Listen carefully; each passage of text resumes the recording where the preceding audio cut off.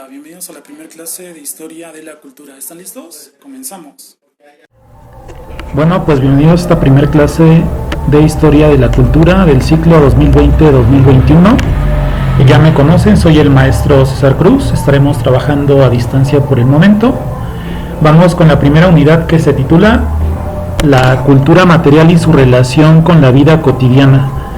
Vamos a dejar una hoja en blanco si ya están utilizando su cuaderno definitivo, y dejamos esa hoja en blanco para hacer la portada posteriormente. Yo les voy a avisar el momento en el que vamos a hacer la portada. En cuanto al cuaderno, si ya les avisaron en la coordinación cómo va a ir forrado y si va a ser de cuadro o de raya o cosas por el estilo, y ya déjenlo así. Si no les han avisado, yo nada más les pediría que forraran su cuaderno con un forro o con hule cristal y nada más le pusieran la etiqueta con sus datos. Ya queda elección de ustedes, si es de cuadro, si es de raya, como ustedes se acomodan. Entonces nada más yo les pediría eso, por favor. La primera clase es que comprendan ustedes cuál es la función o objetivo de la cultura, cuál es su significado, porque podría parecernos claro, podría parecernos familiar, pero en realidad es un concepto muy ambiguo, muy confuso, y es importante aclararlo. También cómo la cultura de otras épocas y culturas se vincula con nuestro presente y con nuestra vida cotidiana. Concretamente en esta unidad y en esta primera clase, cómo los objetos nos dan indicios de culturas del pasado y cómo se vinculan esas culturas con nuestra vida cotidiana, con nuestro presente.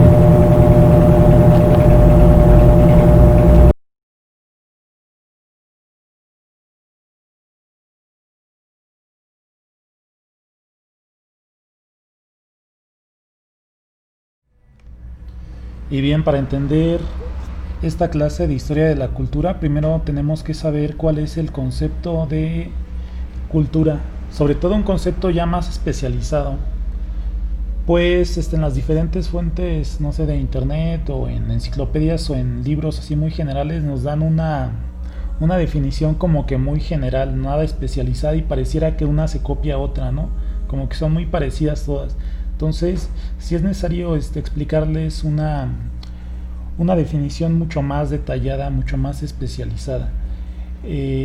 Por lo pronto me gustaría que ustedes escribieran en el chat qué es cultura para ustedes, que desde su punto de vista, con sus propias palabras, cómo entienden ustedes esta palabra de cultura. Mientras tanto yo les voy explicando qué es este término de una manera ya más especializada. Dentro de todas las definiciones de cultura, la más acertada o la más aceptada por diferentes expertos en la materia es la de un antropólogo de origen estadounidense llamado Clifford Geertz. Este antropólogo plantea que la cultura es un sistema de significados o de significaciones. Esa sería una de las palabras clave: significados o significaciones, mediante los que la gente se comunica e interpreta diferentes cosas a partir de su contexto, a partir de cosas como la conducta, como las tradiciones, como los objetos, como los edificios, incluso como los gestos. Y para esto les voy a poner una serie de ejemplos. Conductas como cuáles. Por ejemplo, y aquí voy a comparar dos grupos culturales muy, muy diferentes. Por ejemplo, en la mayoría de los países occidentales, cuando haces ruido al comer se considera de muy mal gusto y se considera de mala educación. Cosa contraria, en varios países asiáticos se considera como algo totalmente contrario, algo que es incluso necesario hacer ruido en la mesa, hacer ruido cuando comes, sorber la comida, sorber la sopa. ¿Por qué? Porque si no lo haces, ellos lo ven como una especie como de ofensa, en el sentido de que si lo estás invitando a tu casa a comer, el hecho de que no sorbas la sopa o haga ruido al comer quiere decir que no les gustó, que no te muestras agradecido. Pues vemos ahí cómo hay diferentes significados sobre un mismo tipo de conducta en diferentes sociedades. Otro ejemplo de este contexto mediante el cual la gente se comunica mediante significados que le dan a algo son, por ejemplo, las tradiciones. Y vamos a poner ahora un ejemplo de México, el Día de Muertos, que muchos extranjeros no lo entienden. Por ejemplo, las calaveritas literarias que hacemos cada año en la escuela. Por ejemplo, un extranjero no puede entender eso, y hay testimonios de extranjeros que incluso se ofenden, se sienten ofendidos porque no entienden esa tradición, se sienten ofendidos porque incluso si les dedicas una calaverita literaria hasta piensan que les estás deseando la muerte. Entonces se pueden espantar e incluso se pueden ofender de manera muy fuerte. ¿Por qué? Porque no entienden esa tradición, ¿no?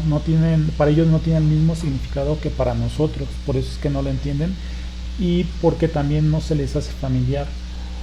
En cuanto a objetos, podríamos mencionar varios. Se me viene a la mente, por ejemplo, ciertos objetos que forman parte como de pues un objeto como tradicional, ¿no? Por ejemplo, me estoy imaginando al molcajete, ¿no? Que en muchas de las casas de nuestras abuelitas tienen ese objeto que casi es como un objeto de culto, ¿no? Un objeto que sabes para qué funciona, sabes que es un objeto tradicional, sabes que es un objeto muy propio de la cultura mexicana, y si lo ve otra persona de otra parte del mundo, difícilmente va a saber cuál es la función de ese objeto, ¿no? Estoy pensando también, por ejemplo, en Argentina ellos toman una bebida que es el té de mate. Es muy característico de ahí, pero lo toman en una vasija muy especial, no lo toman en cualquier taza, lo toman en una especie de termo, pero es una especie de termo no como los que conocemos, sino una especie de termo así como curveado, con forma de taza, sí, pero con un popote integrado. Es algo muy muy curioso, y se utiliza específicamente para ese té. Entonces vemos ahí como dos objetos de diferentes sociedades, de la ciudad argentina y de la ciudad mexicana, tienen una función que muchas veces no podría entender otra persona de otra parte del mundo. En cuanto a edificios, podemos poner incluso las zonas arqueológicas de aquí de México, ¿no? Los basamentos piramidales o pirámides. En el pasado los pueblos prehispánicos, los pueblos mesoamericanos, no sé, en Teotihuacán, en Chichén Itzá, etcétera, pues esos templos, esos basamentos piramidales, esas pirámides, zonas arqueológicas, las utilizaban para rendir culto a sus dioses. Nosotros podemos darnos una idea, pero en realidad no entendemos exactamente cuál es el significado. ¿Por qué? Porque estamos lejanos en cuanto a tiempo sobre esas culturas, ¿no? Podemos darnos una idea, pero como no somos politeístas, no sabemos cuál es el significado, no logramos comprender a ciencia cierta, salvo que nos especialicemos mucho en ese tema. Entonces ahí vemos un ejemplo de cómo un edificio puede ser sagrado para algunas personas y puede ser como que desconocido para otras. En cuanto a gestos, pues podemos ver muchos, ¿no? Ejemplos tanto en México como en el mundo. En México, por ejemplo, conocemos gestos que incluso son hasta insultos, y que en otras partes del mundo pues no los conocerían, ni siquiera se darían cuenta de que los está insultando una persona de aquí. Ustedes obviamente conocen ese gesto, ¿no? Que es como un corte de manga, que no voy a decir qué significa porque pues, ustedes ya saben. Y qué significa es eso, un insulto, ¿no? Un insulto que si una persona de aquí lo hace contra un extranjero no va a saber ni lo que significa, y por eso es que puede ser que ni siquiera se ofenda, ¿no? Porque ni siquiera va a saber qué es lo que le está diciendo.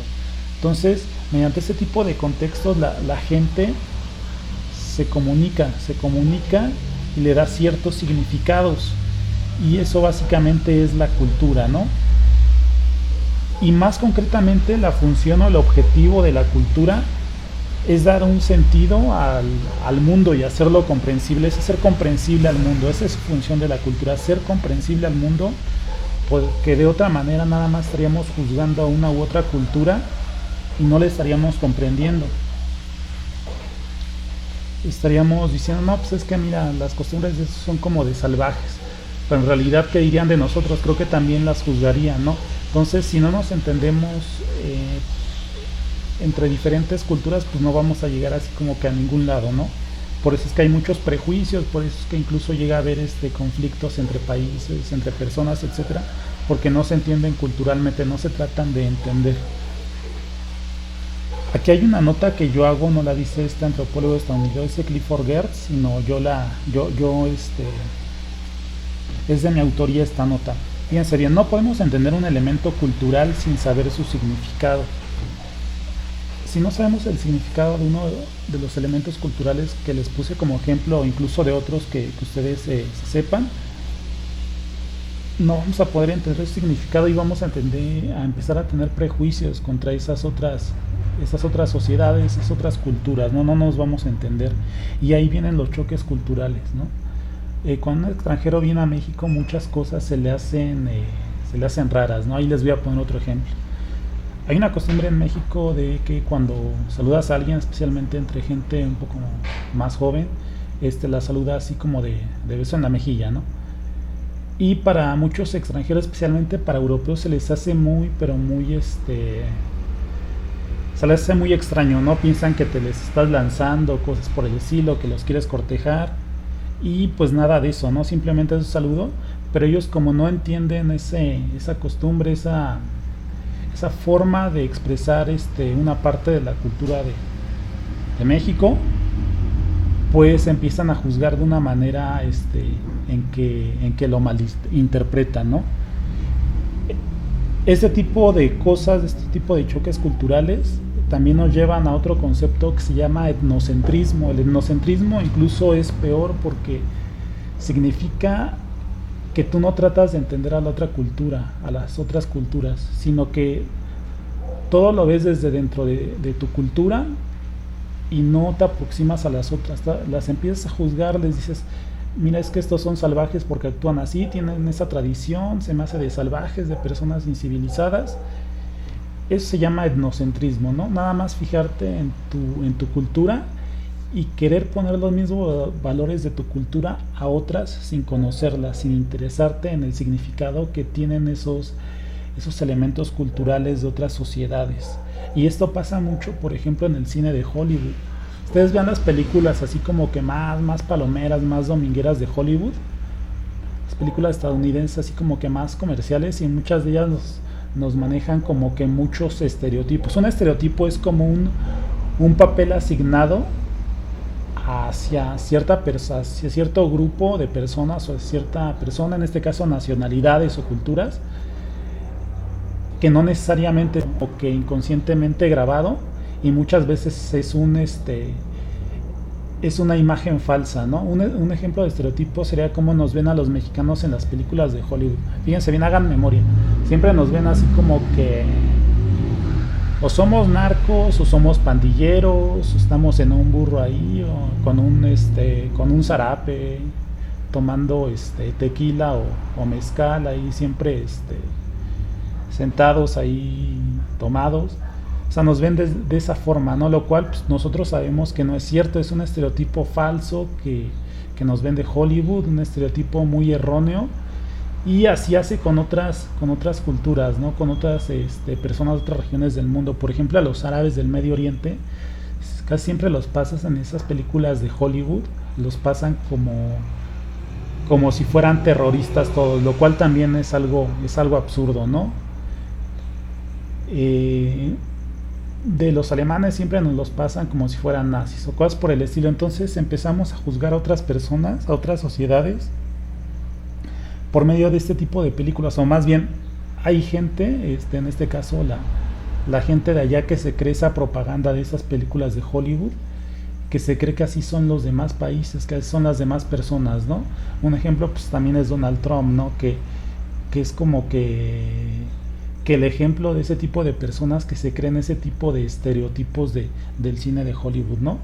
Cuando nos dice a los mexicanos que somos delincuentes, que somos violadores.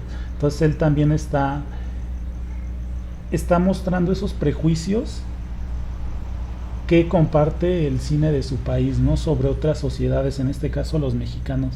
Entonces a todo eso se le llama etnocentrismo, ¿no? Entonces, ¿para qué nos sirve la cultura? Para hacer comprensible al mundo, sí, pero también para convivir mejor con otras con gente de otras culturas, de otros países, no estarlos juzgando de una manera errónea, para no estarlos juzgando porque ellos no hacen las cosas que nosotros hacemos, ¿no? ¿Por qué? Pues porque son culturas diferentes. También para eso nos sirve entender la cultura e interesarnos en otras culturas, ¿no? Yo los invito, por ejemplo, a que cuando puedan, obviamente ahorita no están las condiciones dadas, pero vayan, por ejemplo, a la Cineteca Nacional cuando ya se pueda, y ahí se van a encontrar mucho cine de otras partes del mundo, y van a ver cómo esas personas tienen una razón de ser para sus costumbres, ¿no? No digo que todas las costumbres que tengan no afectan a algunas personas, pero la mayoría de sus costumbres son bonitas, y son personas que, pues, al igual que nosotros, pues tienen virtudes y tienen defectos. Entonces ahí nos muestra mucho de su cultura para adentrarnos más, ¿no? E incluso nos sirve más adelante cuando viajemos y estamos un poco más familiarizados con ese tipo de culturas que vemos muy diferentes a nosotros. Finalmente aquí les pongo el apunte de la clase de hoy, de lo que acabo de explicar. Está muy resumido, es muy poco. Y les doy que será unos 7 minutos para que lo copien, por favor. Sería la primer firma de la materia de este ciclo escolar 2020-2021. Terminando la clase tendrán 20 minutos para enviármelo, por favor, a mi correo electrónico que me habían enviado en el periodo de la cuarentena, a ese correo electrónico de Gmail, o también me lo pueden mandar, o más bien mándenmelo a los dos, a ambos, perdón, tanto al correo electrónico como a la plataforma de Moodle, por favor. Me lo adjuntan en los dos medios, y ya ahí sería su primera firma para registrárselas.